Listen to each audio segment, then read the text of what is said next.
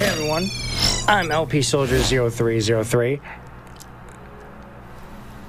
and I have with me Marphoria. Hello everyone. And this is Resident Evil 7. It's awesome to see this back in a GDQ. I'm going to be running the New Game Plus category, any percent, on PlayStation 4. Last time you saw this, it was on PC. Now we're doing it on console. What does New Game Plus mean? Well, that just means I get to use a bunch of items that I unlocked when I played the game casually. And any percent means we don't have to pick up a whole bunch of items or go through some story bits to finish this whole run. We just got to get through it as fast as possible, and that's the nature of GDQ, isn't it? To get through it as fast as possible. Absolutely. So I'm ready when everyone else is, so I'm just going to do the countdown. It'll be 3, 2, 1, go, and then we'll get this started. All right? You ready, Mar? I'm ready. I'm ready to go. Let's do this. 3, Heck yeah. 2, 1, go. Go. Woo! Resident Evil 7.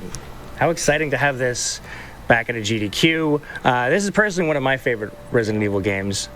2 and 3 are pretty good. Yeah, like this is definitely like my favorite Resident Evil game that's come out in recent times. But yeah, I mean 2 and 3, especially 3 that came out recently, heck yeah. That's a great one. If you haven't played that, I would play that. But now we need to understand who these characters are, right? So, Mar, who is this? Who is this lovely lady we have on our screen right now? This beautiful lady, her name is Mia Winters. Ooh. Now, do you want to explain who Mia is? Well, Mia is the wife of the main character of this game, Ethan Winters, but she's gone missing for, I don't know, what, 3 years? Something like that? I don't know. But she sends this mysterious email over to Ethan, which we're actually seeing happen right now. And Ethan goes, oh, heck, I'm going to go try and find her. Yeah, he decides to go rescue her solo, doesn't call for backup, doesn't call cops. He does call one of his friends, but he just decides to drive here by himself. He drives from LA to Louisiana in a fancy sports car all by himself because he's the hero, man. Which, by the way, we never actually get to know who he's talking to on the phone right here, like, at all. Like, it's his friend, but, like, who's his friend? Yeah, that's something we do not know. Another thing here, though, you may notice we are playing on, we're not playing on English, we are playing on the Japanese censored version, which is called Zero D. And most of the runners of this game, especially for competitive times, will be running this version because it saves 25 seconds. And what that does is it cuts out all the really gory scenes. So we're going to point out at various points in this run where that time is being saved. So, another thing as well, you cannot skip cutscenes in this game. We get to watch these long, beautiful cutscenes every time we play, which, I mean, I don't know about you, LP, I enjoy that sometimes just because you get those mandatory bathroom breaks and snack breaks, things of that nature. And also, it's important to stay hydrated during runs, so this is perfect. Perfect time when you're in these middle of these cutscenes. Take a little bit of water and then continue that run. Heck yeah. There is actually one skippable cutscene in the game. It's way later on at the ship. But other than that, we have to sit through all of these endgame cutscenes. But like we said, that's okay, and that's one reason we like it. Yeah, for sure. Now, like, Resident Evil 2 and Resident Evil 3 runners, like, they could skip everything. And what's the fun in that? I mean, it's still pretty fun, but we enjoy the charm of RE7 here still. So I'm making my way through this area. We have now arrived at the Baker's compound, where, well, we don't know that yet, but as players, but as runners and people viewing this, we do know. And this is where we're going to try to find Mia. This is the address that was given to us from the email that was given to us from Mia. Also, who is that guy? I don't know who that guy is. We know who that creepy guy is, but yeah, instead of turning around and going back, we're just going to go towards the danger because, you know, horror games. We got to go towards the danger always. Well, much like Walter White, Ethan is the danger. Oh, yes. So this part's pretty pretty straightforward. So these bushes and these leaves kind of have like wonky hitboxes sometimes. So the best thing to do is just kind of like lean up against them, try to cut corners, get through every area. I'm also going to come up on my first retry here. And Mark, can you explain how the retries work in this game? Yeah, so retries in this game, there are 3 total on console. So what we do, as soon as we see an autosave pop up in the left corner, he's going to pause. You'll see LP pause and then retry. And what that does is it just boosts your movement speed by just a little bit. It saves just a couple seconds each retry, except for the salt mines one at the very end, which it gives you the biggest movement boost. But when Capcom made this game, you guys know that it was made, for VR as well. So they took into account, a lot of the atmospheric horror. So there are parts in the game where the game will intentionally slow Ethan down to take in that atmosphere. So we do the retries there just to get Ethan's movement speed back up to where it was before. We don't want to be moving slowly through these areas at all. No. And there are way more retries on PC. It's just when you do them on console, I was going to say, like, the load times on consoles kind of affect that. So that's why the console runners will only do 3 retries as opposed to the 5 or 6 the PC runners will do. Yeah, it's that PC master race just flexing itself on console runners. But hey, I mean, the console runners are super skilled on this game just because, like, I have potato aim when it comes to console. So watching you guys kill it on console is always super impressive to me. Well, we appreciate that, and we envy PC runners on a daily basis. LP is actually going to come up on his first skip here as well. It's actually, we don't have a name for this skip. I guess we just call it like the body skip or something. It's supposed to be a jump scare, but what you'll see LP do once he gets to this wooden beam, he's going to turn his camera to the right to avoid a body popping up. And not bad. And there you go. Easy peasy, easy clap. Easy, much like Asuka would say, easy peasy. So I did something interesting there called a quick turn grab, which I'll explain in a second. But look, hey, GDQ's been fun and all, but we found Mia. Game's over. Thanks for hanging out with us. This has been RE7. Thank you, guys. I'm kidding. So I did something interesting called a quick turn grab. It's exclusively at a console. You can kind of do it on PC if you're playing with a controller, but there's really no need to if you're doing mouse and keyboard. It's the act of grabbing and quick turning at the exact same time. There are certain items you're going to want to pick up and move right behind you right away. So being able to grab and turn all in one fluid motion is super useful in this game. And there's one that you'll see a little bit later on that is the most useful. So I deleted an item that was here, right? So Mark, can you explain how the inventory and everything works in this game? Sure, absolutely. So that's what we call, and I'm sure you guys are familiar with this term, it's what we call menuing. And menuing in RE7 is actually super, super crucial no matter what category you're running in this game. So the inventory in RE7 operates in real time. So you can access your inventory when, anytime during any sort of downtime, like when doors are opening or just anytime there's no in-game cutscenes. So you'll see LP open up his inventory from time to time to rearrange items, to delete them, and things of that nature, and it sets you up for the next action. So the very first one that you do at the beginning of the game is you delete that email, and then you'll want to move your cursor to the left or the right. Actually, something interesting is that every runner does their menuing a little bit differently. Some people will copy others, and other people will kind of do it just their own way. So having good menuing will save you seconds and minutes. It's something that can be underestimated, but definitely something we do at the top level here. So LP's setting up his inventory, so well done. Thanks. So I just want to point out, very reminiscent of Sonic's collection of shoes, there is a collection of shoes over there. So we didn't really get to explain much of this because it's good to talk during this section because there's really nothing you can do. It's pretty much an auto-scroller. You just have to follow Mia, just stay behind her, and everything will just kind of go the way it's supposed to. You can't skip it. Trust us, we've tried. And if we get any new runners that decide to join the RE7 Discord and want to start running this game, if you can figure out how to skip this, you will be considered the greatest runner of all time. Find us in Out of Bounds. Yeah, please. We actually can fit in like 1 or 2 donations right here if you'd like. Let's do it. Yeah, we can certainly do that. I have $50 from P2 that says, "So impressed with all the runners so far. Thank you, Games Done Quick crew, for everything you do and for putting on these amazing events." I also have $5 from yossyhop. From the entire RE7 community, we wish you luck, LP Soldier. So happy to see RE7 back on GDQ and have you represent the community. I couldn't be any more proud of you. Don't let Jack push you around too much. Thank you, Yas. Yassi is, for any of you wrestling fans out there, Yassi is my Dusty Rhodes. She will tell me bluntly when I'm doing terribly, but she will also tell me how great I'm doing at times. So thank you, Yas.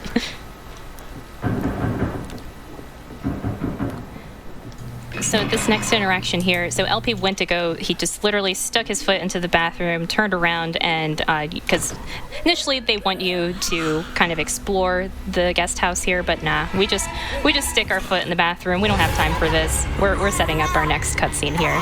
And actually during this cutscene, we're gonna not resist Mia at all. We're gonna let her attack us, because it goes by faster that way. Ethan's essentially a glutton for punishment, so like I'm going to run into her. So the reason why we run into it is because this animation is going to happen regardless. We just want it to happen as soon as possible.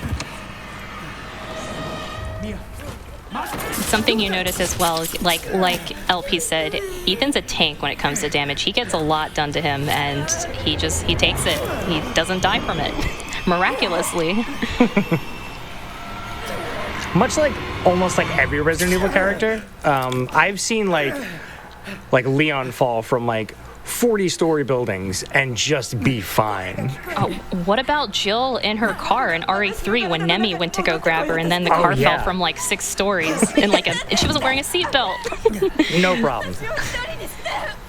They make us invincible on purpose. We love it. So what's gonna happen here is Mia's gonna knock herself unconscious, like you do, and we want her to wake up on the earliest frame possible, so I'm going to kind of inch forward a little bit. I have a visual cue about what's on the floor, because you don't want to go too far. The game wants you to explore, and then she'll wake up, but it turns out you can just kind of inch forward a little bit, and she'll pop up, and then I'm going to encounter my first fight with Mia. Mark, can you explain how the axe works in this? Yeah, so in this game, the axe damage is tied to FPS. So we can do heavy clipped hits into Mia and it'll do tons and tons of damage. So you can kill Mia in about 2 to 3 hits here, depending. If you're playing on PC and you get, really high FPS, such as like between, 400 to 500, you can kill her in 1 hit.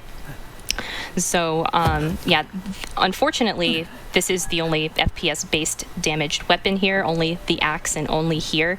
It doesn't affect the circular saw, which we'll pick up later, but the axe is super important here to get those clipped heavy hits into Mia. Sometimes Mia will be a little cheeky and get a little stab on you. It's okay. It's not that big of a deal. But you just kind of want to be aware of where she is, because the clipping in this is kind of wonky. You kind of want to clip into her legs. It's kind of weird to do. So sometimes it works, sometimes it doesn't. That one worked, kind of. It's also important that Mia dies in the hallway so you can pick up that axe on your way out. Yeah, also, second retry. Heck yeah, retry.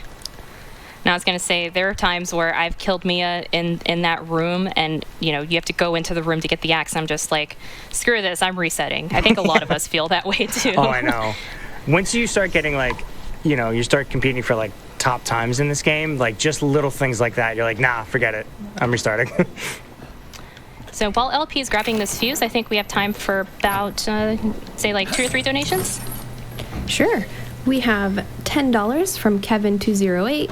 Thanks, LP Soldier, for doing this speedrun for such a great cause. Kick the bakers' butts and welcome them to the family, son. Oh, yeah. Oh, yeah. We have $200 from Austin142. Love to see the speedrunning community come together to help us all through these tough times, both as a way to raise money and by providing such wonderful entertainment. Great commentary in this Resident Evil run. Keep it up. And I have $50 from Shin Defia. It says, "Oh my goodness." So earlier we mentioned that LP is running on the Japanese censored version, and this will actually be the first instance that you'll see this. So Mia in the original game, she will stab you with the fork. Well, she'll stab you with a screwdriver, but here she stabs you with a weird fork-like thing, and Ethan gets to keep his hand, immune to chainsaws apparently. To me, it looks like Raphael's Sai from Ninja Turtles. Oh. That's a good one. So it's like, this is canon with the first Ninja Turtles movie because Raphael loses his Sai. So it turns out Mia actually took it and is using it against Ethan. So Man, we gotta let Raph know. Man, she kept it this whole time.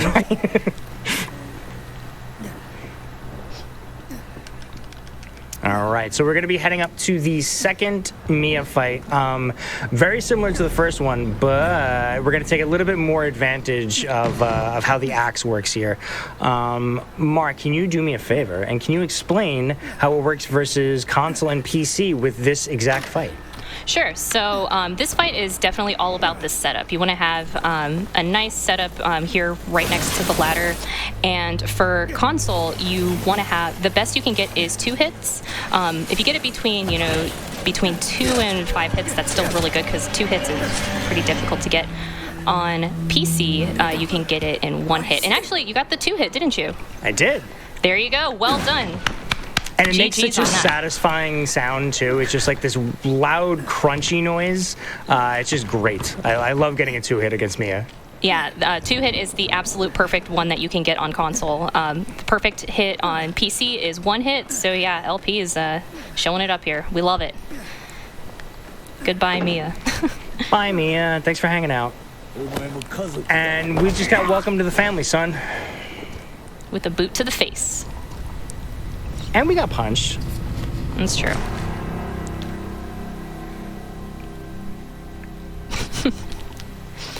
So, yeah. No, I was going to say, so Jack is now dragging you to the main house, which is where the run opens up some more and where all these cool tricks tend to happen.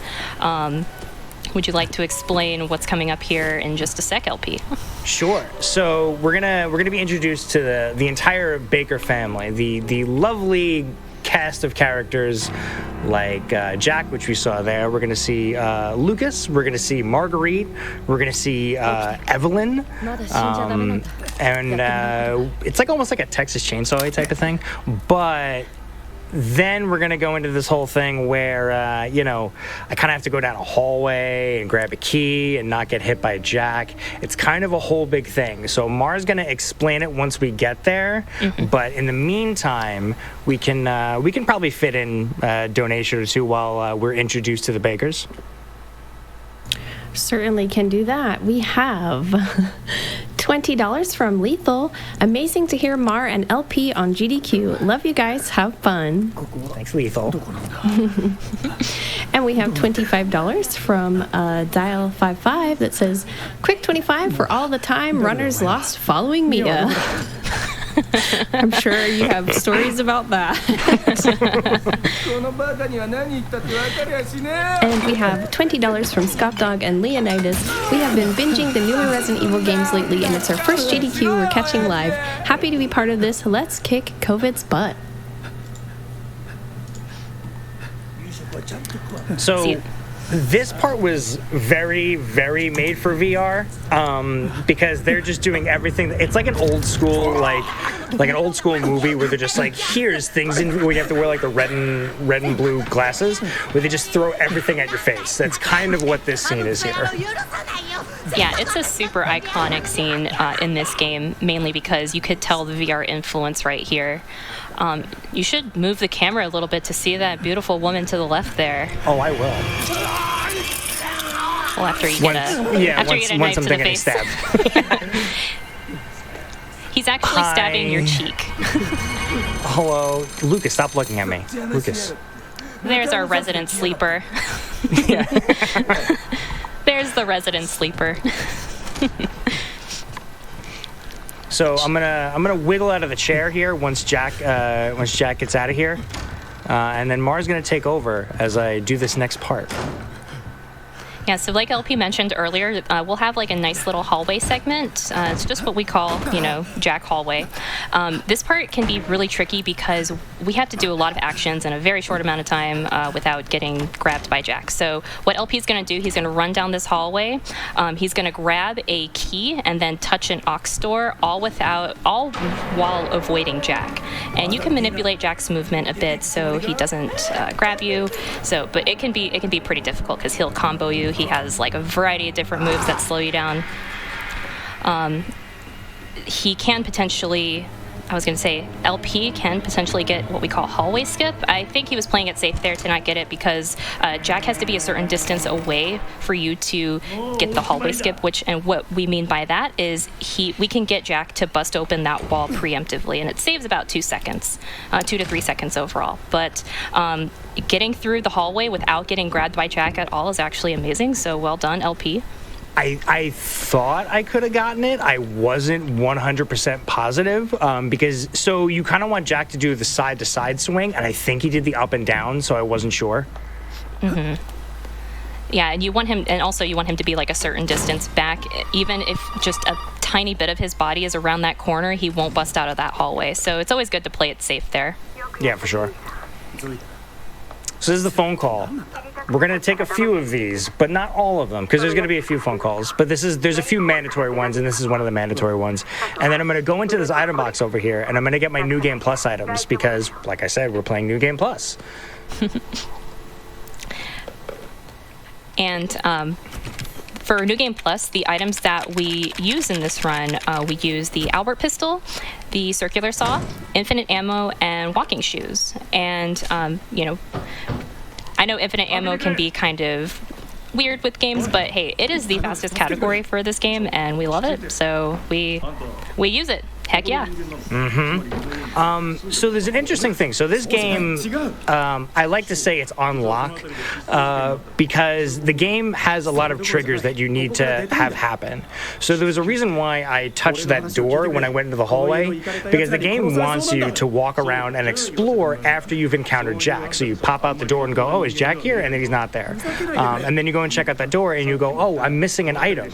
Let me go back. And then this deputy would appear, and then you would start talking to him. But since we already touched the door when we encountered Jack, we set that trigger off. So all I had to do is kind of walk into the kitchen a little bit, and then that triggered the deputy to spawn right where we were, so it saved us a whole bunch of time.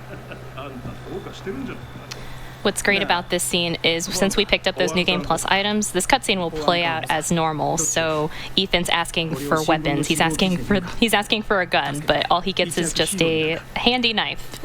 And here we are, we're giggling. We're like, ha ha ha. Little does he know we're loaded.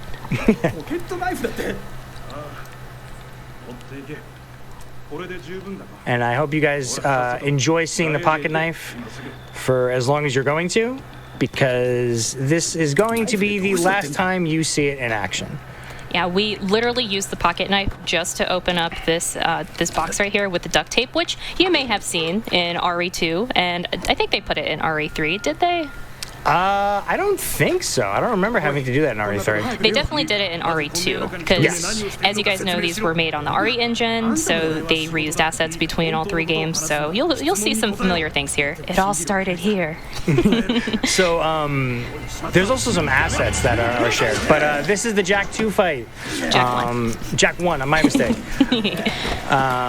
This is the Jack 1 fight. Mark, can you explain how this fight works? Sure. So, once that deputy goes down, LP is going to do damage to Jack with the circular saw, and he's going to grab that G17 handgun and get Jack to knock down this shelf and into the car. And once Jack gets into the car, he's just going to dig that saw right to Jack to do as much damage as possible. And once he does that, Jack is going to crash his car into the garage, because why not? He can't drive. Yeah. Way to go, Jack. And earlier we were talking about menuing, and this is one of the instances where you're going to go into your menu to delete those items. And when we say delete, they just get teleported to the item box. So certain items, mainly New Game Plus items, get teleported back to the item box, and only perishable items get truly deleted, such as ammo and herbs and things of that nature. Very smooth Jack 1 fight, though, LP. Well done.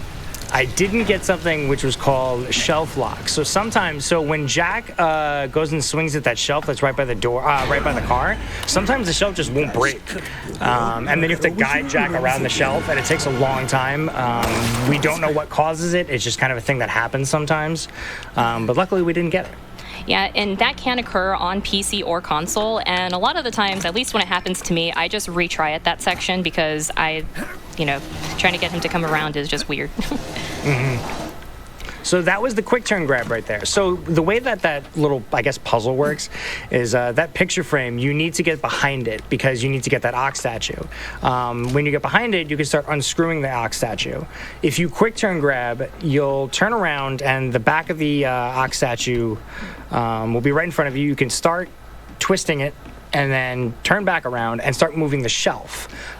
Because you're able to move the shelf, the ox statue will start unscrewing at the same time, and then once the shelf is done, you grab the ox statue and move on. So it's a nice little thing. You can do kind of both at the same time with that quick turn grab. And now I'm setting up for the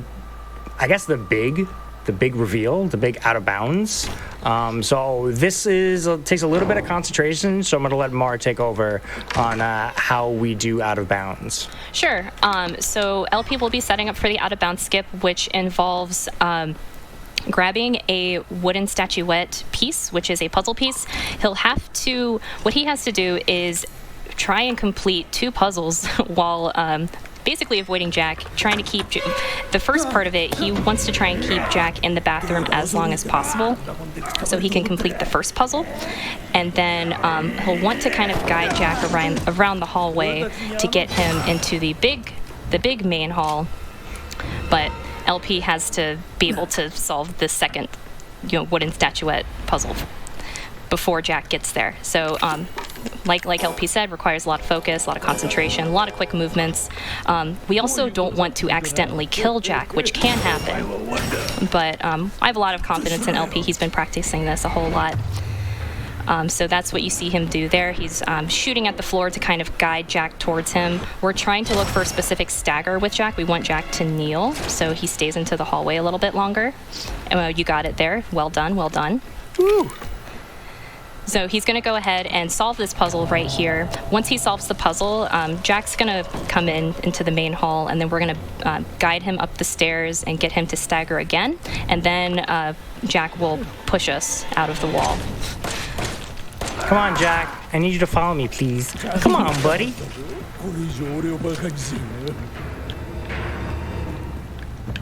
Thank you, big guy. Appreciate it. I'll see you in a little while. There you go. Yeah, well done.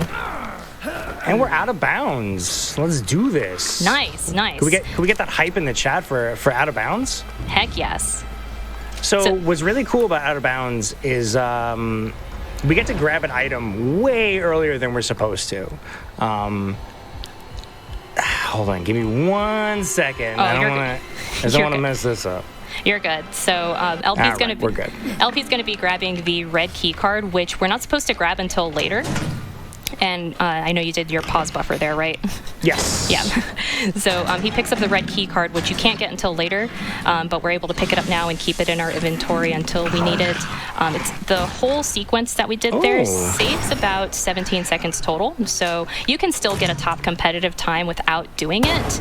But wow, I love how that big arm molded glitched through the wall. I haven't seen that in like a year. He was right there waiting for me. He's like, are you doing a marathon run? Hold on, let me get in the way of this. I literally have not seen that in like over a year. And it's happened to me one time, and I've low-key been afraid because it jump scared me one time because I was like, he's not supposed to be here. Mm-hmm. So this is the Jack 2 fight. It does take a little bit of there's 2 cues. There's an audio cue, there's a visual cue for how this works, and like most fights, Mar is going to very eloquently explain how this fight works. Sure. So you'll be primarily using your Albert pistol and circular saw for this one, and Jack has a lot of iframes here, so we're going to be waiting for a specific visual or audio cue. Shoot him in the face, and then dig that saw into that growth. And while Jack is grabbing his big weapon, we're going to do a little bit of menuing. We're going to grab this chainsaw mainly because we need it to get out. But then again, rinse and repeat. You're going to do the Albert to the face and dig the saw into Jack, and boom, he is dead. That's it. There's a few ways you can do that. You can kind of get all up in Jack's business if you're really good with the timing. For a marathon, I back up just so I make sure that window for that iframe shot, for that first shot, is pretty big, so it's pretty tough to miss. So I wanted to play it safe for that. Yeah, and if you get the timing wrong by just even a little bit, he'll grab you and you'll lose quite a bit of time there. So timing is definitely paramount there during that drop down. Yeah. All right. Let's grab the key. And let's get out of this house, mansion, whatever you want to call it. Every Resident Evil game has to have a mansion of sorts, doesn't it? Mm-hmm. I guess while you're doing that, we can read about 2 or 3 donations. Let's do it. Sure, we can definitely do that. We have $50 from Derek S13. RE7 is my favorite game and my favorite series. Great run and great cause. Let's shotgun COVID-19 in the face. Whoa. Aggressive, but I appreciate it. $100 from Anonymous. Loving this RE7 run. Thank you, GDQ, and these amazing speedrunners for providing both entertainment and support in this time of need. And if you have time for one more, we have $15 from Jin106 that says, "Kick ass, LP. Watching closely." So once LP comes into this trailer, he's going to experience a black load screen. Would you like to explain a little bit of that, LP? Yes. So black load screens only really happen on console. So if we're going really fast, the console doesn't really know what to do. So during certain segments, the game will black screen and load in what it needs to. So we know when these load screens can happen. They don't happen every time, but they happen often enough. So we know where they are. So we hit pause to stop the in-game timer so that we don't lose any time for those segments. Yeah, and I believe 3 of them occur, correct? Correct. Yeah. Yes. There's one here. There's going to be one coming up shortly, and then there'll be one as we head back into the basement of the main house. So we actually didn't explain the phone calls too much, who we've been talking to, since we don't have subtitles to run, because this game can be very vulgar at times. Yeah, it has a foul mouth, and I wanted to make sure that we didn't show the foul mouth. So we are talking to a woman named Zoe Baker. She's trying to help Ethan get out of this crazy place. And right now, she's guiding Ethan to the old house because I guess this family has about 3 giant properties here. So which is crazy. So why not? So yeah, we are making our way here to this old house because we have to find ingredients for a serum. But before we can do any of that, we're going to be introduced to a lovely character by the name of Marguerite, which a lot of you folks may know. She has quite the affinity for bugs. She loves bugs. So yeah, we'll be seeing a good dose of her, and something that's always a little amusing with this speedrun is when you pick up that stone statuette, Mia is actually there, but we just ignore her because for the sake of speed, gotta go, Mia. Look, sorry, Mia. We'll see you in a little while. Just hold on. All right, so we're gonna make our way through this old house, and we're gonna do another shadow puzzle because that's like the main puzzles for this game are these shadow puzzles. And I think they said in the lore it was done by the same people who did the Spencer Mansion. I believe that was. Yeah. So that's kind of cool. Little tie into the other games, which there is more later on at the end, which I don't think we're gonna see, but we'll tell you anyway. What's actually neat is there are a couple like there are some tie-ins to other Resident Evil games. Like I know the Bakers have a newspaper that talks about Raccoon City. 20 years later or 18 years later or something like that. So there's also a book written by an author that has to do with my favorite Resident Evil game, Code Veronica. Mm-hmm. I don't know if you could sense the sarcasm there. Oh, something that we did not mention as well. So we picked up an item called the walking shoes. And it's kind of weird because why use walking shoes when we're trying to run? Well, actually, the walking shoes in areas such as this, such as crawl spaces, you will actually move much faster. So, your walking shoes will affect your walking speed or it will affect your crouching speed. So those are the only, significant spots that we use that particular item, and it's all good because we'll be deleting them a little bit later. I'd say, I guess you guys delete them after the Marge 2 boss fight? No, actually, I delete the saw. Oh, okay. Like I said, because there's that one crouch spot where you get the D-Series arm. Mm-hmm. I have it for that. That's like half a second. So that little part there, you get to avoid Marge, and here on this particular difficulty, she is really generous. She doesn't see you, so as long as you just aim for that radiator that LP did, she won't see you. She won't aggro or anything of that nature. It is tricky, though. Even though you feel like sometimes you're hitting that radiator, she'll still sometimes see you, and she'll just release a swarm of bugs. At that point, you kind of have to take your saw out and shut the door, and it's a whole big thing. But no, we did not aggro Marge, but we're going to aggro Marge now because we're about to have the first Marguerite fight. Also, watch this. Watch where Marge comes from. Yeah, oh my gosh! Why was she just waiting there? She literally appeared in a frame. No, she came out of the wall. Jeez. I mean, they want to bring back supernatural things to Resident Evil, Yeah, right. So this boss fight is pretty straightforward. LP will be using just the Albert, one shot of the Albert and 3 shots of the G17, and down she goes. I always like to add one for the sake of adding one. For good measure. Yeah, just to show Marguerite really who's the boss here.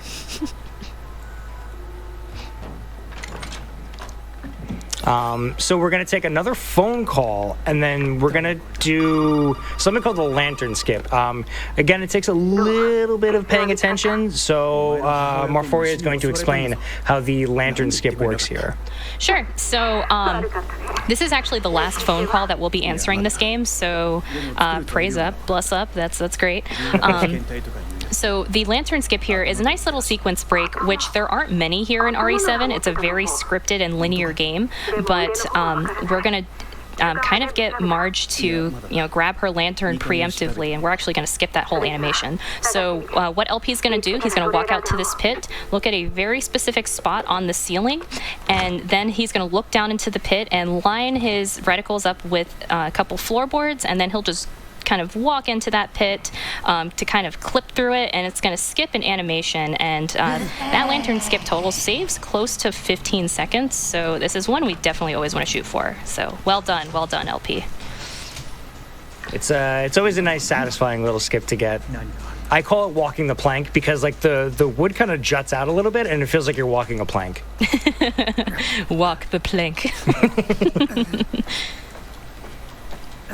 So we're heading into a greenhouse, and this is where we're going to encounter Marguerite for the final time. And again, it's another boss fight, and I always like to throw it to Mar during these boss fights. So I'm going to do the exact same thing for this boss fight. No, it's okay. I do the same for you when you commentate for me, man. I'm glad to do it. So here with the Marguerite boss fight, Marge is going to pop out of the wall. He's going to do as much damage to her as possible with both that Albert and the circular saw.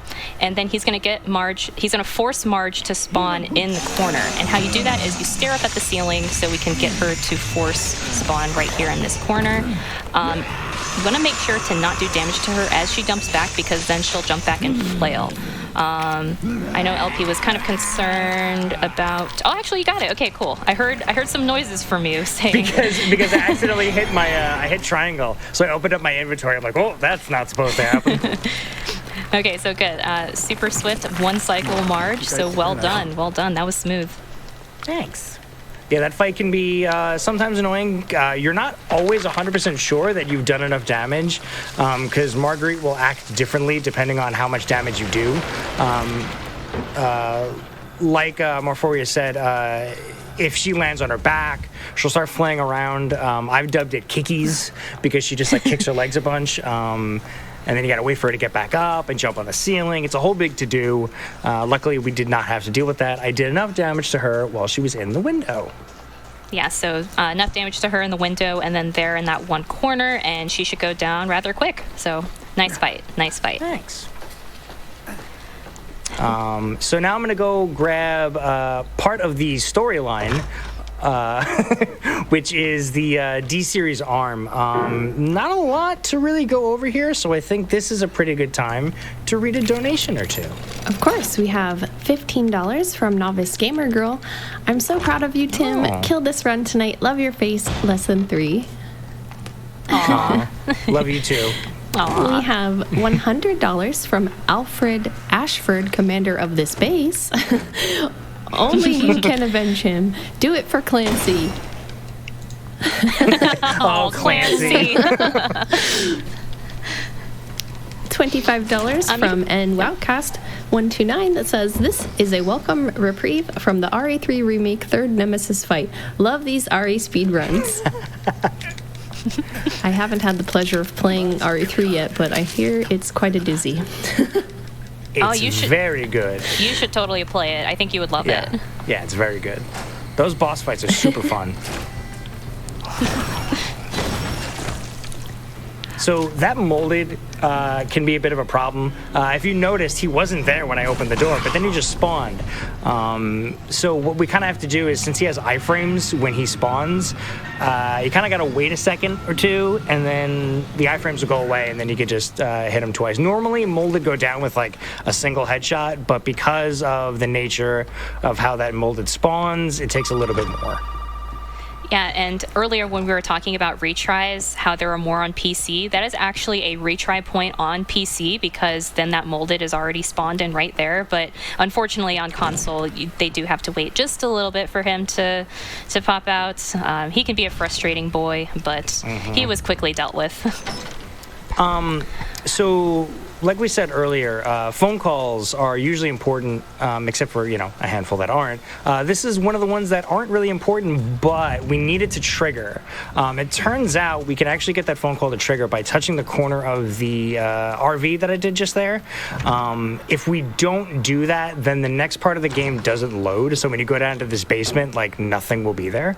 Like, stuff will be there, but the next part won't kick off, because that's supposed to be a storyline part. By the way, this is also going to be where another pause happens. Do we get a black screen here? No. Okay. It doesn't happen every time. I just want to reiterate that. It does happen a lot, but not every time.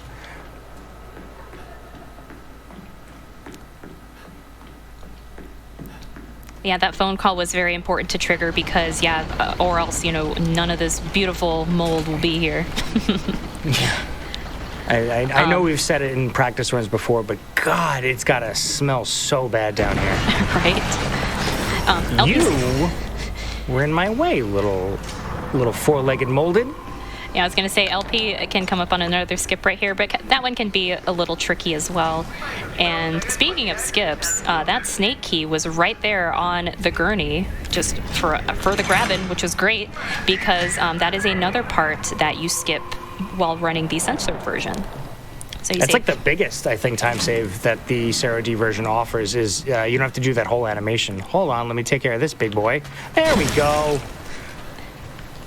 Yeah, the original, when you play the original game, on Steam or console, you'll have to reach your hand into the deputy's throat because he'll be beheaded, and the key is in his body.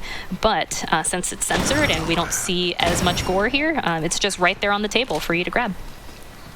So we got the red key card using Out of Bounds. It was important to note that if we put that red key card in early in the door, the game would have soft locked. Because, like we said, the game is, like I said, on lock. So the reason why I did that puzzle was because the game then pretty much allows me to have the key card and will allow the next part to be able to play out. right? Because the game is it's very scripted, wants you to complete certain events in certain orders, and we can do some things out of order, but certain things, especially puzzles, still need to be completed. So that's why LP did that puzzle there, and why he did the wooden statuette puzzle downstairs is because... I don't know why I did just that, but that's okay. It's okay. I always pick up that herb for good measure, too. I don't think I needed it. I think my body was just like, I don't think you need this. Get rid of it. I'm like, oh, okay. And this right here is actually the hardest shadow puzzle in the game. Just because if you're off by just, you know, a pixel or two, it won't let you, you know, complete it. And it's mainly because of that, you know, it's very picky. That little handle on the axe is... wants you to be very specific. So LP was able to do that in one fluid motion, so well done. Thanks. So we're going to be leaving the house, and we're going to be heading to go hang out with who I have said I think would be a great villain for Dexter to go through, which is going to be Lucas. So we're going to put these key cards in here, and then we're going to go sit in front of the TV for a little bit. Just like everybody who should be staying at home right now, hanging out with us, and just in general, hang out in front of your TV for a little while, just like we're about to do right now. And I also think that this is probably a good time, do you agree with me, Mar, for donations? Oh, absolutely. Go ahead. Yeah, we can always definitely do donations. We have $50 from Jill donating during the RE7 run. I'm a nurse and I worked 16 hours yesterday, but today I get to enjoy some great games done quick. Thank you to everyone for putting this together. LP Soldier, enjoy the birthday party. And thank you for what you do. Yes, thank you so much. We have $50 from Mr. Dingo. So close to 200K. Keep pushing. And we are actually getting very close to 200K, so make sure you get those donations in.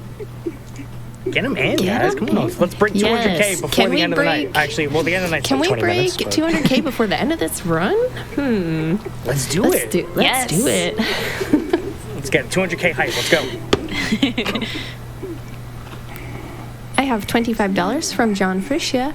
I loved RE7, so it's really fun to see it get into speedrun into oblivion. Mar, don't look. I'm not looking. Marphoria doesn't like this part. Uh-oh. Nah, like, Lucas pulling his fingernails is like, I can't do it. Yeah. I could speedrun the game just fine. I just can't look at that scene. I always look away. Everyone knows. But I told LP, I was like, no, you got to show everyone the scene. Everyone's got to see it. She made a sacrifice. Well, I felt mildly uncomfortable and watched it anyway, so well done. Perfect. So we kind of explained who this guy was, but I mean, we could explain a little bit more. He's just kind of a sadistic kind of Jigsaw type of guy, Jigsaw wannabe. What would you say, LP? Yeah, that sounds about right. He also so the way the mold works, you can kind of regenerate, as you've seen with like Jack and Marguerite. Lucas is kind of a little bit of the same, but it kind of took him over a bit differently. And he also, like I said with Dexter, look at this Dexter kill room. It's like the exact same thing. Perfectly set up for it. He's setting up a few traps for me. But I know where they are, so I'm going to try to foil those traps like a good Batman I am. Yeah, Lucas kind of riddled this barn with tons of wire traps and things. If you happen to miss, a lot of the times, so we try to, we exercise some cool sharpshooting here, and if you happen to miss, it's totally okay because you can just block, because Ethan's a tank, he tanks that damage, and the only element of RNG in this game are those wooden crates. They either hold ammo or they hold health, and LP actually got health, which was what he needed. After tanking 2 of them, that was very nice. Because a lot of the times the game will troll you where you've taken a lot of damage and you're just like, please be a health item, please be a health item, and then it's ammo, which we don't need. Like, oh, gosh. So I'm going to go to this item box. I'm going to put away a whole bunch of my items. Now, if I was doing this a different strat, I would have been putting them away in a specific order. I'm not doing that strat just because I haven't practiced it enough, and I didn't want to bring that to a GDQ and probably fail it. So, but you would put away those items because you don't really need them, and you take with you your New Game Plus items, which would be your walking shoes, your infinite ammo, and your Albert, because you're going to need to be able to toss them. Like Mar said earlier on, New Game Plus items are unique. You can throw them out of your inventory, and they'll end up back in your item box. So once we finish this area, we're just going to get rid of them because we're going to go right into the puzzle room, which I've said thousands of times might be one of my favorite parts of this entire game. Oh, same here. I think it's the best part. But before that, we have to deal with a big molded. He's a big boy, and we're going to take care of him. The big boy barn fight. So we're going to pop the battery in there, and then Lucas, as if he was announcing a WrestleMania fight, is sending down his big boy for me to take care of, but I'm going to pretty much get rid of him as the door opens, so he's not going to really pose much of a threat. Yeah, this it's unique because in this category, this is the only category you can, preemptively shoot it and kill it before the whole thing even begins. So yeah, it is over before it even starts. Mm-hmm. Well done, man. Thanks. Oh, I looked at them. You know what's not over? The generosity of others, because we have reached 200K. Yeah! Let's go. Thanks, guys. Thank you so much for all of your donations. Wow, wow, wow. That is awesome. Let's keep it going. Keep it going. Yeah. So we're going to go into the puzzle room now. It's an escape the room puzzle, essentially, which is really cool. Funny story, I've done a Resident Evil 7 escape room with my girlfriend and my good friend Sal. And we didn't beat it, but that's because people didn't show up. But it's okay. It was still fun anyway. It's all about the experience. So, the password here will always be 1408. If you try to put it in early, like we were able to see this keypad earlier, the password will change. So we make sure to only put in that password, that 1408 password, when it's actually time to. So don't put it in early. Mm-mm. I really couldn't tell you what the other password is. No, I couldn't either. I think there's a bunch of twos in it or something. I have no idea. It's just 4 twos. That actually would be better.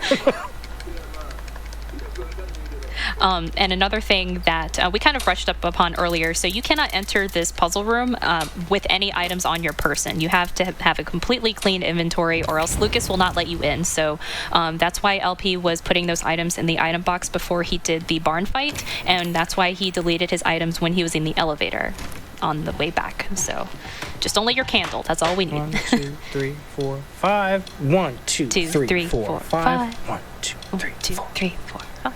Yeah, the password is always loser, and it's always 5 spaces away, up or down. So what that means is you're seeing it every time. Every time. Every time.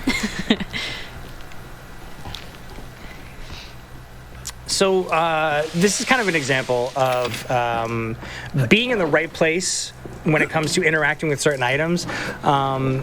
Sometimes the game needs to pull you in to do an animation, but if you can set yourself up correctly right in front of it and then just confirm, the game won't pull you in. So you skip that whole entire, like, oh, you're over here, hold on, let me get you over here, and then start the animation. So it's really about knowing exactly when to interact or where to interact with certain items. Yeah, like the distance matters there. If you're too close or if you're too far. 6 feet. 6 feet. Yeah, you could definitely tell here. I was going to say there's lots of various parts where that matters. I know bolt cutters at the beginning. Anytime you use the crank, it seems they're just a little bit. I'd say about like 0.2 or 0.5 seconds, but that adds up over the course of the run. So LP does a good job of having those flush animations. And since you foiled Lucas's plan, he had to drop a bomb on you, huh? Yeah, Lucas has watched a lot of Looney Tunes. So he was like, oh, I know how to do this. And then just dumps an entire dynamite stick on you. He thinks I'm the Roadrunner, and that's okay. Meep meep, Lucas. Meep meep. I mean, Because we're going fast, right? Like the Roadrunner. So it's, it all just ties in. It's a big circle. It's like George Lucas said. It's like a circle. It rhymes. I mean, I don't know what I'm talking about. no, dude, the Roadrunner and Wile E. Coyote Looney Tunes were like my favorite, so that's They were totally really good. they were applicable here. Can we talk about how good Tiny Toons was for a second? Because it was really good. It was pretty okay. Pretty okay. Can't disagree with that. Tiny Toons was pretty okay. Mar, get off my couch. I'm in a chair, and not a couch. Yeah, but like, I mean the metaphorical couch. I know. I have a small All right, fine, I take it confession back. to make. I still have a Tiny Toon sweater. See? Yeah. Okay. Everybody knows. I'll Come on. shush now. Buster, Plucky. Okay, fine. I was a Babs fan. Oh, okay. See, now it all comes to light. So we just finished the dock section, and we're gonna head into the final. Oh, look, we got to see the knife for a second. I hope you took that in. Wow, that's a rare sight. Yeah. I just want to get an idea of where all my weapons are. Okay. So we're going to interact with Zoe, and Zoe's going to make the serum that we need. And we're also going to kind of skip that animation a little bit by going downstairs and not interacting, but going up to the item box. And that skips Zoe from having to do this whole interaction where she uses like a blender. I don't know how. And then makes the 2 serums for us. Yeah, how she puts those mummified body parts into that blender and it automatically comes out with syringes and a vaccine serum thing. It blows my mind every time. I think we need Zoe on the case for this whole thing. Yeah, so it lets you go into that interaction right away. This is the Jack 3 fight. I'm going to let Mar take over. Guess who's back? Back again. Jack is back. Tell Ethan. So this fight's really important, especially at the beginning. We have to do a Albert shot into his eyeball, and then there's a shot on the tail eyeball we have to do from the floorboards. You have just a few frames to catch it, and LP was able to do it. Take some sharp shooting, and right after that, you just take your circular saw and dig them right into those eyeballs so we can get that one-cycle Jack fight. We will also be using that G17 pistol on this other tail eyeball. There are a little bit of iframes there, but we were able to mitigate those pretty well. And that's right, circular saw on the rest of those eyeballs, because if you guys may have noticed, this circular saw is very OP. So that's one of the reasons it's our primary weapon here. Ooh. And that was a nice clean Jack 3, one-cycle Jack 3. Well done, LP. Oof, that fight. So it used to be like the bane of my existence when I was learning this game. Now, like, I like it, but it's still like I still get the little sweaty hands when I get to this fight. I can't help it because that opening shot, like the underneath tail, is like super important. Like it's predicated on that shot, and if you miss it, it really can set you back. So no matter what, it's still a little nerve-wracking. Yeah, because you have to look at a specific part in the floorboards and peek down, and then that eyeball only reveals itself, like we said, for just a few moments. And if you either miss the shot or, your positioning is off by a little bit, then you have to do an alternate strat. But my alternate strat is just to retry. I think LP does the same thing. I don't even know. I remember when I was practicing, Yossi was like, "Do you know the alternate strat?" I'm like, "What? No." Not just retry. Yeah. So we stuck a serum into Jack. Alrighty. Which, by the way, I just want to point something out, right? Yeah. Zoe gave us both of those serums, and then she's going to come out here and she's going to go, "Hey, you know what you should do? Use one of the 2 serums on my father and kill him." But then right now, she gets super angry that there's only one left. But you told me to use it. She said, "How is there only one left?" Yeah. So now, you have a choice. Yeah. And you just got to choose Mia. So you're put with a choice here. One is the canonical ending and the way the game is supposed to play out, and one is just another ending. If you choose Zoe, which I understand why you would, she's been helping you this whole time, and Mia has done nothing but try to kill you. But if you choose Zoe, you end up having to fight Mia again later on, which we'll point out when that happens, or when it was supposed to happen. But if you cure Mia, you get the canonical ending of the game, and you save yourself having to do this much longer fight. Yeah, not just that. We're about to come up on another cutscene right here, and if you choose Zoe, the cutscene here lasts a little bit longer. It lasts about 20 seconds longer as well. And like we said, since you can't skip those cutscenes, that time adds up. So, and not just that, we don't want an extra boss fight, so that's why we always go with Mia. I mean, she's our wife. We were here to rescue her, so here we are. Yeah. Save the frame, save the wife. I also think this is a good time for donations, don't you? Yes. All right, we have $25 from Dante83, 200K down. What's next? I don't know. I guess we're going to find out. $10 from Juna Sansuvi, all aboard the 200K train. Choo choo! Watching from Finland for the 5th year in a row, donating 4th year in a row. Thanks to GDQ and all the runners for this event in these times of staying at home. $250 from Gibbon, 200K hype. Hype. And I have $30 from ZGL. So happy to see RE7 in a GDQ event. Good luck on the run, LP. Don't let Jack do what he does best. Blame ZGL. Hashtag blame ZGL. Thank you, ZGL. I have $5 from Aylin. Tried to think of something funny, but I'm too new to the RE series, but I'm enjoying the run.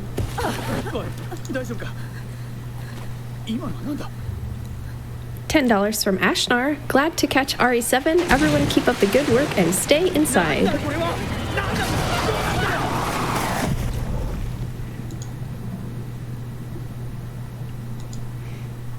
All right, we are starting to change characters now. I don't know if Mar alluded to this earlier when we were talking about how the item management works or the inventory management works, but it will stay the same in between character changes because we're about to do a character change. We are now Mia. Whoa.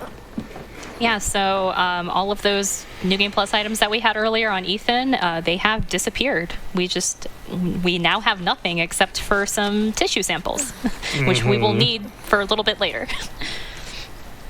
And So, we're... Go ahead, Mar. No, go ahead. No, we are at the infamous ship section, everyone's favorite part of this whole game. For new runners, this section can be kind of annoying because it's kind of all samey. You can get lost pretty easily here, go through the wrong door as you're learning this route. But once you get it, it's really it's the breath of fresh air for most of us runners because like it's that time where it's like, okay, we can calm down now. Like the nerves start to even out because all the hard stuff is pretty much done. I don't want to say it's completely done, but it's pretty much done. Or you reset at Jack 3 if you're not satisfied with your time. Or that, yes, or that. If you're satisfied, then you make it here. Or you could be like how I did in practice yesterday, and at the very end, forget the grenade launcher, and it just destroys the entire run. And I'm like, cool. I was on a potentially PB pace. Way to go. Yeah. Oh, no. Yeah, I know this part kind of got a lot of criticism from folks, not just from the speedrun, not just for speedrunning, but just in general. But I still think it's a pretty cool section just because it's super terrifying, especially during your first playthrough. The pacing does slow down a little bit, but it's just absolutely terrifying. I remember being so scared to just even go up these stairs. Oh, yeah. But this is also more of a story-driven area. Which is really important because now you start learning the backstory of Mia and why she went missing and who this mysterious little girl is. Yeah, so at various parts here on the ship, you'll see these white screens pop up. Mainly just they're like LP said, they're just little flashbacks from Mia. And kind of similar just to earlier, like it with Guest House and when we were going through the woods and stuff, there's not too much here technique-wise. We just have to make sure our movement is good, that we don't collide with any corners or anything like that. So, yeah, we just make our way through the ship. That's the goal. I'm very good at hitting those corners. They call me the corner kid.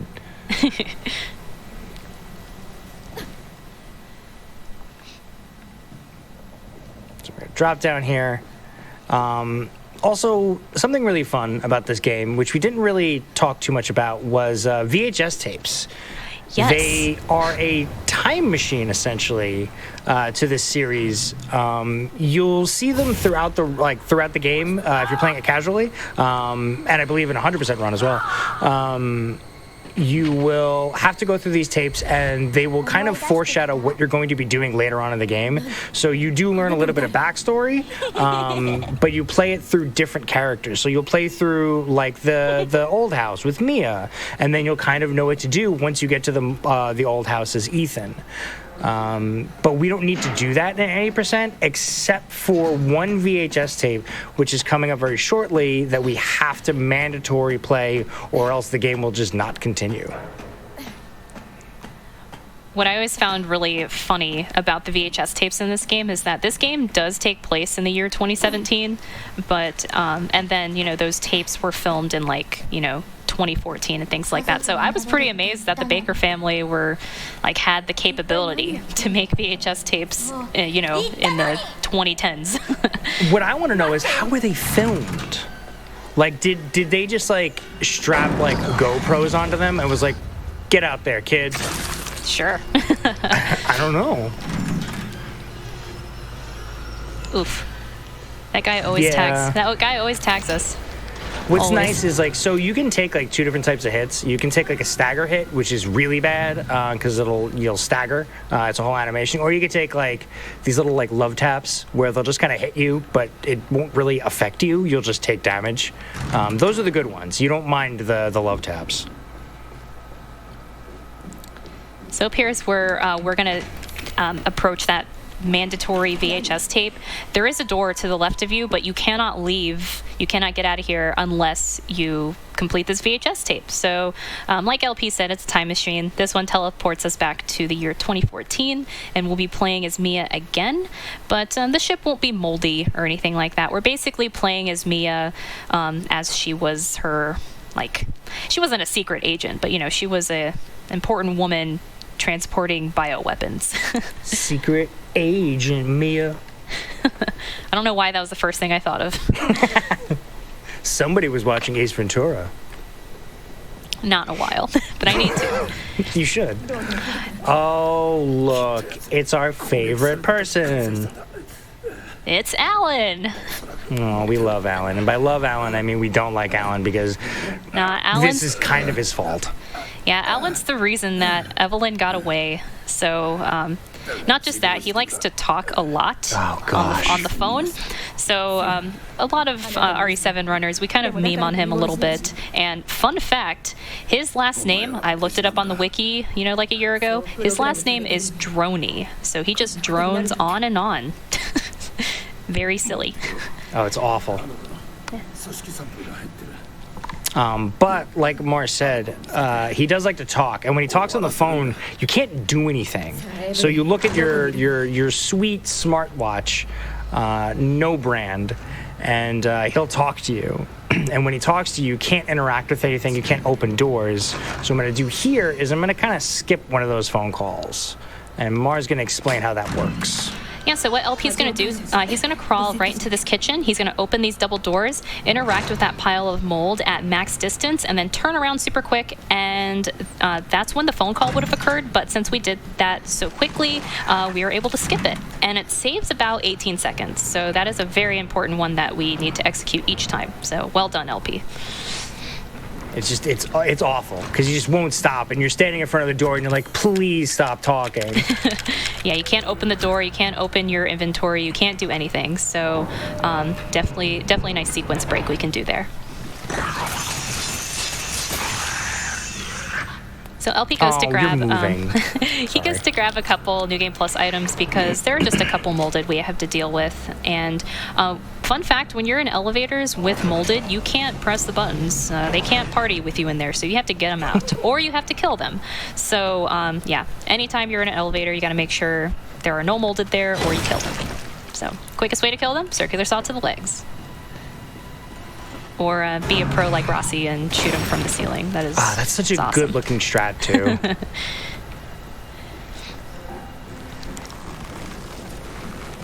So we mentioned earlier how Alan likes to talk on the phone a lot. So we did that first phone call skip, but LP is actually going to set up for a second phone call skip. And what he's going to do is put that remote bomb right outside this door, because Alan's going to call us again. And the farthest we can travel is right there to that door. But, we did mention how you can't interact with items or your doors or anything like that, but it was found that you can detonate remote bombs. So while Alan's going to be on the phone, we can actually detonate that bomb. We won't see it just yet. We're going to see it here in a little bit. But yeah, this is the first part of that skip there. It's important to not hit reload at all here. Yeah, because the reload button is what detonates that bomb. And a lot of us will accidentally detonate that bomb because we're so used to reloading. So what's nice, too, is that when you have the walking shoes, you actually walk faster when you're on a call. That's right. So phone call begins here. LP's going to kind of be at the edge of that blast radius there. So then he's going to detonate it, press confirm. It pushes him through those doors. And it kind of, it's a really nice skip because then we're a little bit further ahead than, the game intends you to be. So that phone call skip saves about 5 seconds. But again, still very important because, we don't want to hear Alan talking. We don't want to hear droney drone. It's actually kind of funny when you do that part. If you don't do it with the walking shoes, you'll actually see Evie floating, just right by, and it's really weird. She's skating by. It's kind of cool looking. Yeah, her character model is just kind of it's just sliding away through the doors, which is weird, but it's really funny. I call it the electric slide. Evie's electric slide.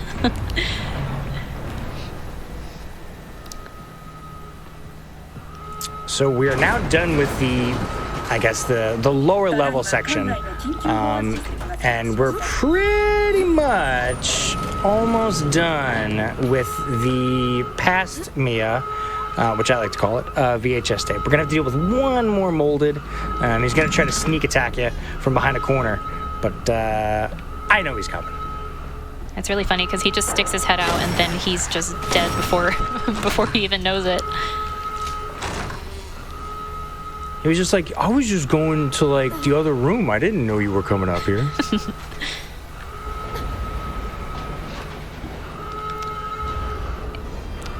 And I was gonna say, while we're ending this videotape, I'd say we have time for about 2 donations.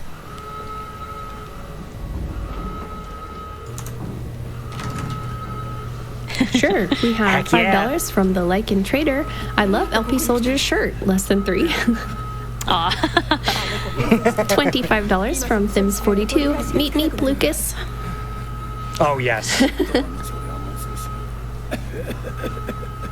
we have time for one more, or? Okay, we have $50 from Flirp Maderp. So glad to see RE7 being shown off by one of the greatest examples of what the RE7 community is all about. We love you, LP and Mar, with a smile that could end the world wars. I love this community, I love this game, and I love supporting games so quick. Let's get those donations rolling. Bam!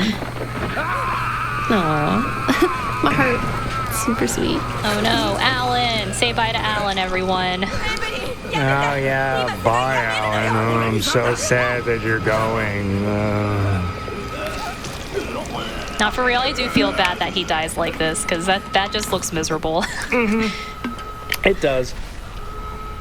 We may not want to talk to him, but he doesn't deserve a death like this, maybe. Also, for a second, check out Evie's boots.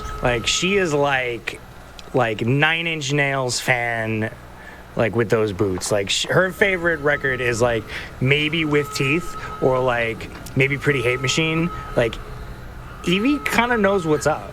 No downward spiral, man. Oh God, yes. I mean, look, downward spiral is a given. Let's be real here.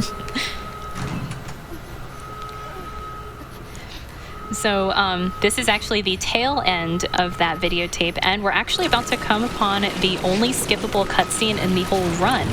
And the reason it is skippable is because it's a cinematic. Every cutscene in this game is basically just kind of an in-game cutscene using like the game models and such, but the cutscene coming up here looks like a movie, like a straight-up movie. So we can skip that because the game says we can. It looks like a straight-up movie, which we're not gonna watch. And actually something we kind of touched up on, but not a ton. Console, especially base console, has really long load times, and I know this one right here is the notoriously long one. That's awful. It's so bad. So during this one, we could read a few donations if you'd like. Okay, we have $10 from Rockin' Val 93. Happy to help the cause. Good luck on the run, LP. You got this. We have Thank you, Val. $300 from Anchorin. Only just found out about this event and wanted to do my part. I'm always amazed to see what this community can pull together and do. And $100 from Emil Emming. You guys are amazing, and I'm so grateful you've provided folks like us a way to help out those on the front lines of this pandemic. Keep up the amazing work. P.S. Thanks for introducing me to these events. I love you so.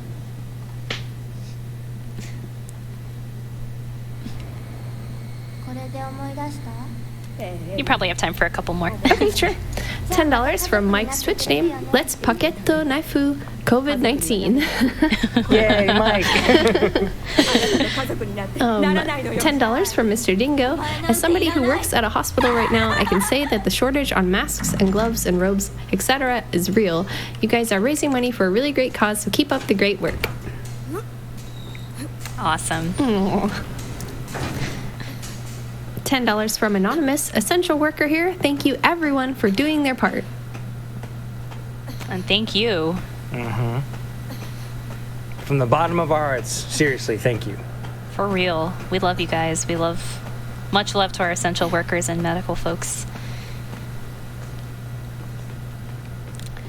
So we are now in present day again. We can finally leave that room. Evie tried to jump scare us, but no, didn't work. No thanks. Yeah. Definitely more of it. I should have stopped at that computer, because then I could have had Mia do a little live stream. Do a little stream inside of a stream. Oh, that's right. Always forget about that. Actually, I think she just checks cameras, so it's like, oh, sweet, Five Nights at Freddy's in Resident Evil. So during this part, LP is basically playing elevator operator Mia, where this elevator that we saw in that flashback, we actually have to repair. So we can find Ethan, because Ethan's hidden in the basement. Evie took him there, so we have to go get him there. So before we can do that, we have to find a fuse and a power cable. And the nice part about this section here is that LP doesn't need to pick up any weapons or items. We can do this part completely free of that. All we need is just that strong corrosive and our our body and spirit, because Mia's a tank just like Ethan. So we inserted that fuse earlier, and so here it is for the Taken, which is great.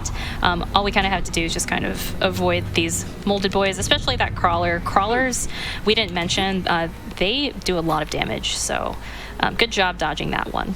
Yeah, they can double tap you, and hit you twice, and it does a considerable amount of damage. So I normally get hit by that molded, the crawler, and then I didn't get hit when I did a practice run earlier, and then I didn't get hit that time. So that's kind of cool. Yeah, that's really nice. And sometimes this boy here, you can actually kind of skip the damage from this guy, but sometimes he'll give you a little tap. But LP was able to clip through him there, which was nice. That molded is my favorite one because he puts in so much effort. Like, he really jumps at you and you just avoid it, and then on the way back he's like, no, I need a second chance, I need to get you. He's determined. I admire him so much. We could all learn from him. Yeah. So we're gonna grab the wire, and then, oh look, we got another big boy molded. But he just kind of hangs out there, so we just kind of avoid him and be like, hey, thanks for hanging out with me, but I gotta go. It's been nice talking, but I need to leave. But then he gets mad and starts chasing you. Yeah. Oh, there he is. Oh, look at that effort. I really appreciate him. These guys just want to be your friends, you know? I know, and like I really would like to like hang out. I bet they like really love Animal Crossing. I feel like they're the type to like really love Animal Crossing, and I love that about them. You know, they just want to invite you to their island, see what they got going on there. They can hang out with my my lovely angel Sprocket. He's my favorite villager in Animal Crossing. But we're not talking about Animal Crossing. We're talking about Resident Evil 7. Resident Crossing. Yeah.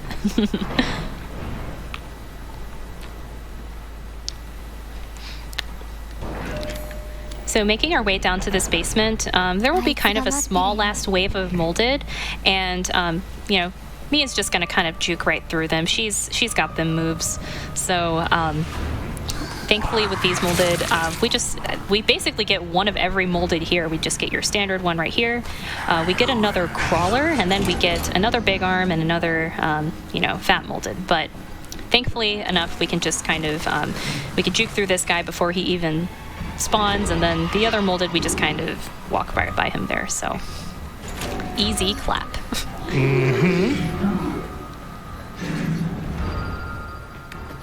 You get tagged like maybe once, but the rest of them they're so easy to avoid. And then that's it. We've found Ethan, and then we're gonna go into another nice long unskippable cutscene. Now, but this one's actually probably like the best cutscene in the game, because you get to learn more about the Baker family and that they weren't the villains we thought they were. Nope. And then you also learn one thing that I'm going to point out, and I love pointing this out. Jack, his body doesn't cast a shadow, but his hands and his head do. He's like Rayman. I love it. Yeah. Can we get Rayman in the chat? I don't know how we would do that, but you just see his arm. The best is when it's right up against the chair over here. You just see like a shadow floating when he kind of sits up a little bit. It's kind of great. I think we have time for a donation or two. Okay, we can definitely do some more donations. I have $10 from Nintendo Jim. Great to see my favorite speedrunner doing his thing. Proud of you and love you, buddy. Thank you, Jim. Love you too. $125 from Hellhound Knight. It came in just before we hit 200K that says, I wish you guys luck on the run and let's get to 200K. So again, thank you so much to everyone who contributed to that. Everyone is doing amazing.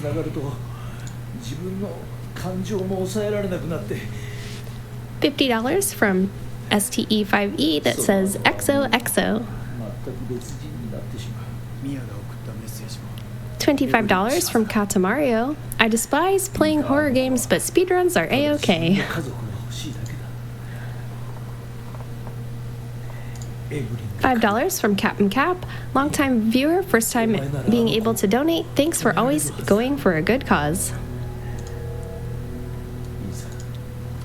And $50 from Maxigorn. It's been a wild ride all day, just trying to get the total to over 200K, so thanks, GDQ.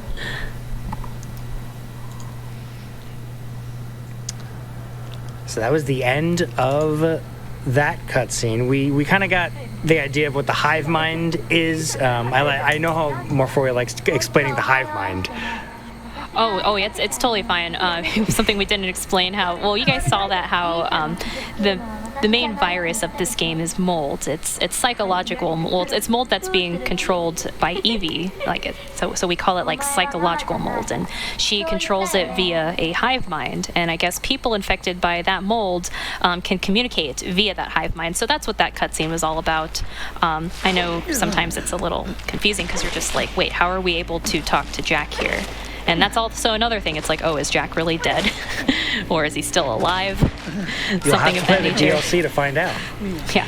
Actually, you should. The DLC of this game is actually really fun. Anyone who's a fan of this game should definitely check them out. So we're back as Ethan, and Mia gave us a tissue sample, which we're going to use in a little bit to create a cure for this whole thing. And this is also where the third Mia fight would be. Mia would kind of go like how she was in the second time you fight her, but this time you have a crowbar and you have a very tight space to fight her, and it's just not a fun fight. It's also where Mia meets her untimely end. So that's why it's also not the canonical ending to this game, because Mia's not supposed to go. And not just that, when you do that, the cutscene's a little bit different there as well. So, you have the cutscene plus the boss fight. You're wasting about 2 minutes there. I mean, you could kill her rather quickly, especially since we're on this difficulty here. But yeah, it just there's just no time to be saved there. So that's why we save Mia. If you save Zoe, then Mia dies there, and a lot of time to be wasted. So yeah, always save Mia. Always gotta save her. Oh, we got a GDQ fish. Here we go. It's coming with us. Oh, well, that's it. That's as far as we can take the fish. So LP's on his way to the salt mines, which is the final area of this game. Before he enters the salt mines, he's actually going to pick up a grenade launcher. And the funny thing about the grenade launcher is that we could have got it much earlier in the game. It's actually in the basement of the main house. But if you didn't pick it up, then the game just gives it to you for free right here. So, and we don't need it until this part anyways. So yeah, we always wait until the very end here to pick up that grenade launcher. And I'm sure you've noticed with other Resident Evil games as well, if you don't pick it up an earlier part, it'll just teleport to a later spot or closer to the end of the game because they want you to take it. I know the shotgun in RE2 remake gets teleported to the end of the game, and I think the grenade launcher in RE3 does as well. So they just want you to have it. Mm-hmm. And what's a Resident Evil game without like a mines section or like an underground lab? Gotta have it. That's literally what Resident Evil is about. It's like, oh, cool, I love this whole area. Oh, we're in an underground lab now, aren't we? Okay, all right. Nest 3. Yeah. So that crawler molded has a good amount of iframes. So you just kind of wait for him to finish his animation, and then you can take him out pretty swiftly. But we're making our way through the mines. Walking fast, we're homebound. And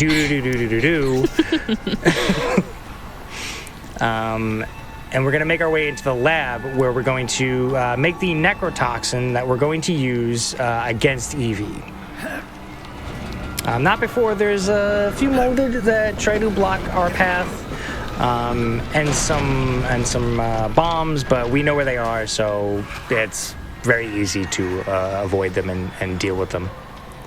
Yeah, during this section here, we're basically going to utilize every single weapon that we have. Usually during the salt mine section here, people will have their Albert pistol, or they'll use the G17 pistol to hit those traps.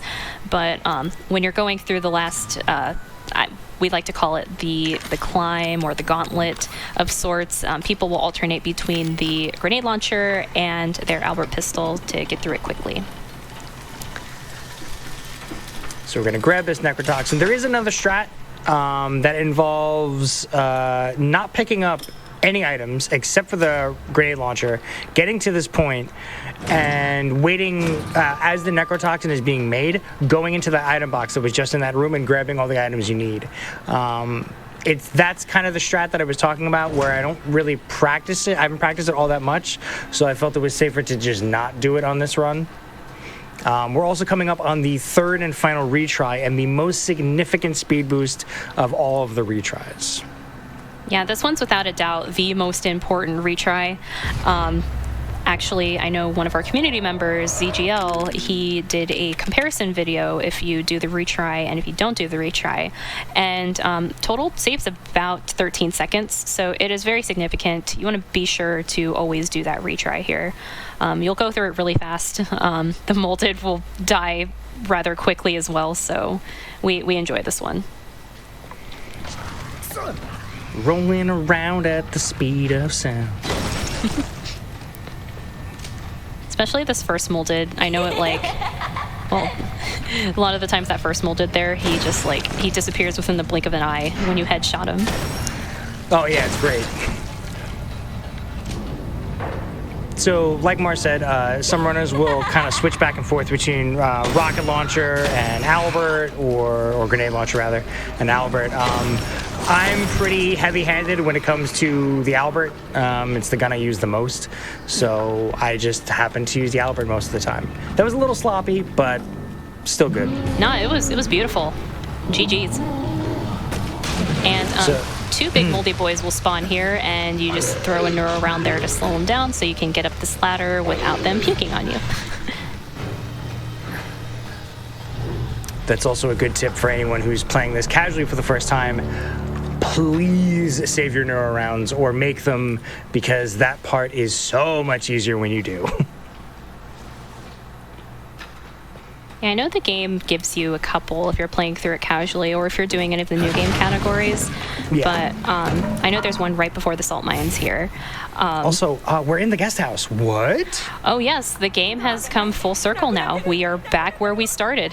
Weren't you talking about full circle earlier? Yeah. Thank you, George Lucas. This was not planned. Yeah. But it's convenient. It's coincidental. So we're kind of like reliving everything that kind of happened like an hour ago, which is kind of cool. We're seeing that Evie was there the whole time, and she was the one that was controlling Mia during these whole segments. Painful memories. Oof. Was the creepy little girl this whole time. I know. Who would have thought a creepy girl would be behind all this? In a horror game? Never. But we are coming close to the end here. We're going to make our way through the rest of this house. We're also going to show Evie what we got with this necrotoxin, and it turns out Evie is terrified of needles. I mean, that's fair. It is. That's a fair thing to be afraid of. I understand that. But then we're also now going to make our way back up. We're going to go upstairs, and we're going to encounter Evie in the first segment of the Evie fight. And Mara's going to kind of explain how the one cycle of this fight works. So Evie's going to be up here. She's going to be in the middle of an attic doing kind of like some blasts. And those blasts have like a certain radius. So we're always going to block this first one right here. But you can... Oh, didn't get it. I was going to say you can get you're able to like get inside that radius if you can. It's okay. It's okay if LP didn't get it, just because it can be tricky. It can definitely be tricky to get. You have to commit to it. That's the biggest thing, is that like when it's like right before she goes to the second blast, you need to just hold forward, because you'll either get knocked over or you'll get her. So fortunately we didn't get it, but 2 cycles fine too. Yeah, that's totally fine. I don't even go for 1 cycle anymore, so you're totally fine with that. And what? Who's this? Is this resident sleeper lady? She was watching us this whole time. And she also melts into the floor with her wheelchair too. Whatever. Also, in classic GDQ fashion, this is the hardest boss in the game, so I'm gonna require a little bit of quiet time, if you please. It is legit the hardest. We cannot stress this enough. So hard. Okay. Oh man, that was tough. That's the easiest fight in the entire game. You literally just walk up to her and just shove the saw in her face, and that's the end of the fight. Yeah, if you couldn't sense the sarcasms or kappas there, this is, as much as we love this game, and even as much as it's a great game casually, this final boss fight is maybe, it's pretty underwhelming, but it's okay, because it's easy. We just dig that saw into her face, and that's it. This fight is scripted. Also, that's for Flirt. That's for you, buddy. A little dance. This fight, it's scripted. Doesn't matter what you do. I could shoot every gun I've got. It's not gonna matter. It just plays out the exact same way every time. All we're really waiting for is for her to pick us up, at which point we're gonna cut ourselves down, and then we're gonna grab a different Albert, and then we're just gonna finish the fight. Time is coming up almost soon. Cut ourselves down.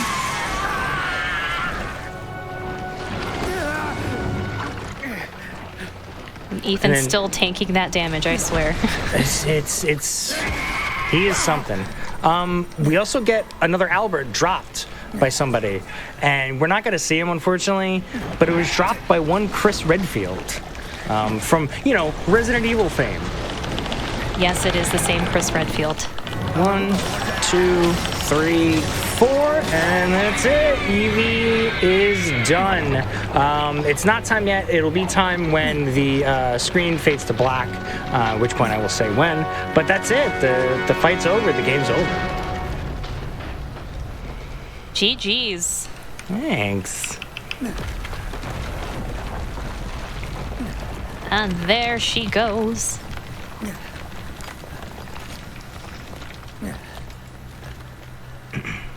And time. That was fun. Clap.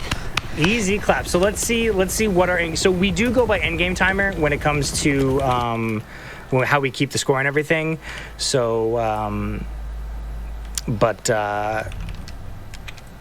to see 130.15. That's not too bad.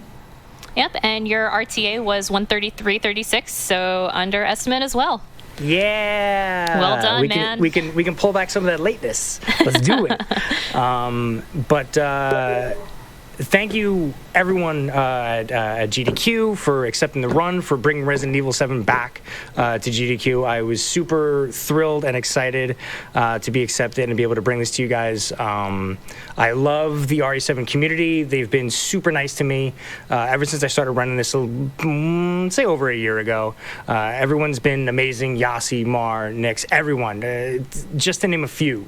Ross, everyone, just great. So if you guys want to run this game, go to the RE7 Discord, join in, and everyone's there is willing to help in any way that they can to help you get better at this.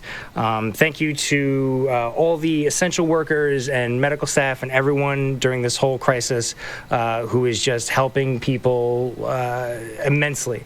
We really appreciate it, and for my buddy Sal and Joe, whose father passed away recently because of COVID, this one was for you. So I love you guys. Thank you. And Beck, I love you too. Thank you very much. And Mar, do you have any final statements? Just thank you to GDQ. Thank you for having us, and shout outs to the RE7 community. We love you tons.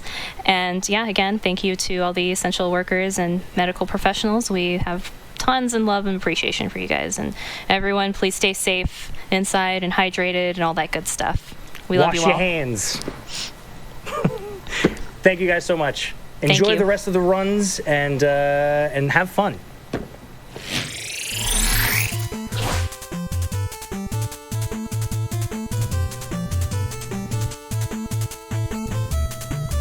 All right, well, we are getting set up for the next run, which is Mirror's Edge by Votium.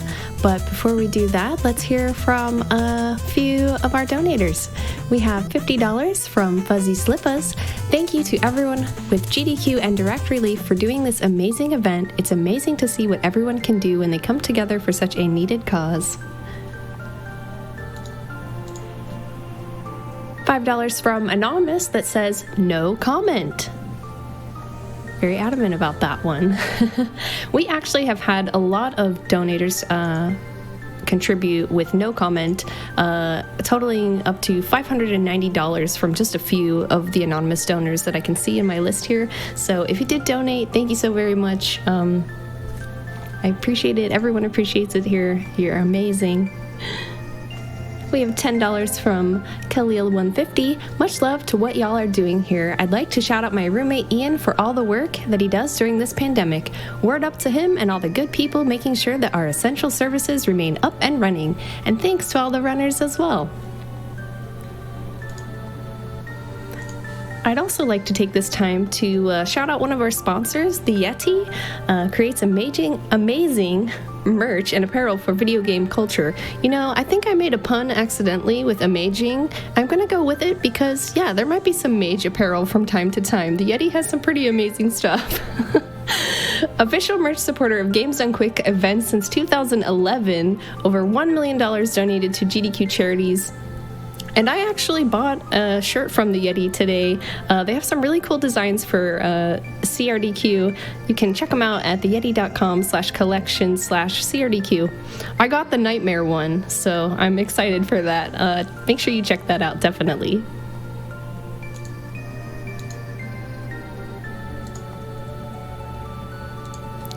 $100 from Almost SST. Thanks everyone for putting together such a great event. Good luck and have fun.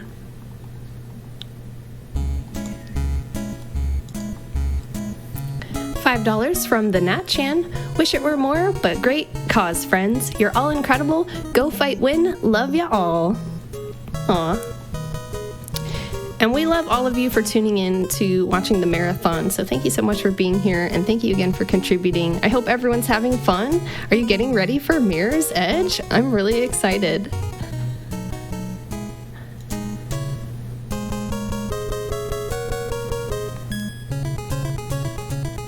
We have $25 from Basuification, All Against COVID-19 from France. Happy face.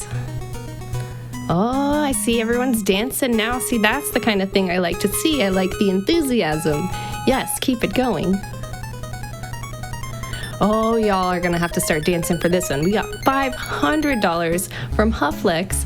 I always donate for GDQ, but for this one, I think I will contribute a bit more than I normally would. I work in a long-term care facility, and the challenges we're facing with the COVID pandemic is unprecedented. I appreciate you all for doing all that you're doing for this cause. Keep up the amazing work.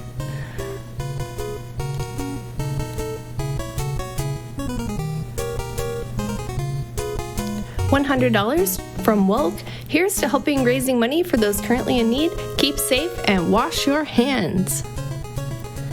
I think I've washed my hands so much recently that I'm starting to feel like I don't have skin on my own hands. But just wash your hands responsibly. All right, and with that, we are going to take a little break, go to a Twitch ad, and we'll be right back.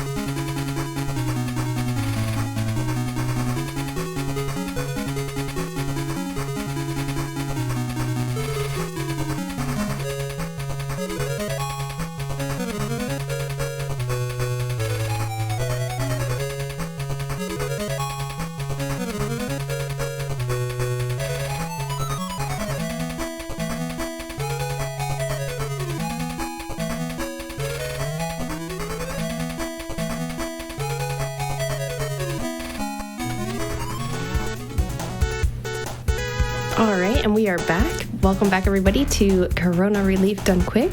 We're going to hear from a couple more of our donators before the run gets started. So we have $100 from Anonymous that says, "Great RE7 run." It was a great run. I hope everyone enjoyed that. $100 from Anonymous that says, "Raising money for a great cause while social distancing is the best of both worlds." $50 from Epsilon145. "Hope this can help some folks in need. You guys rock."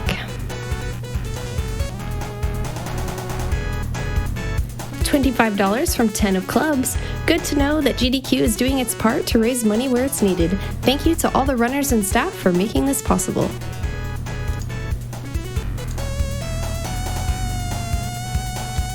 $50 from Jacob1. "Donating to support all the people in problem areas, including me in Detroit, get the medical supplies and equipment they need. With the right supply of equipment, we can save lives and get out of this crisis sooner."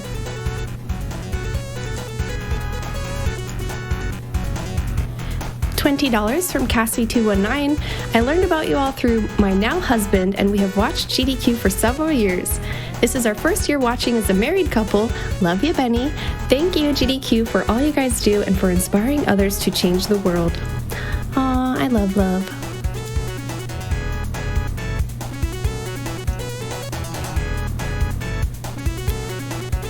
$25 from Jethro254. "I fought and survived this horrible disease, and I'm currently donating plasma for use in human trials at Rush Hospital, Chicago. Let's all stay inside and end this quick. I'd like to have my job back."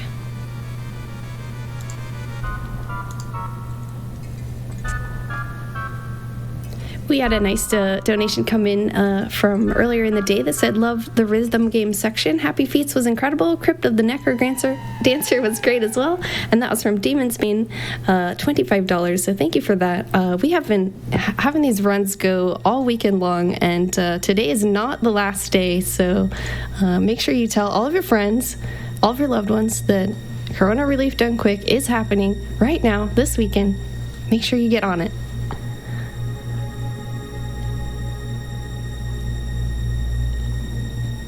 $100 from Dakota153.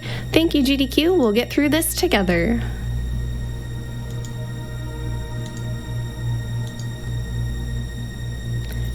$50 from Anonymous. "Much love for the players, hosts, support staff, and chat. Together we will get through this."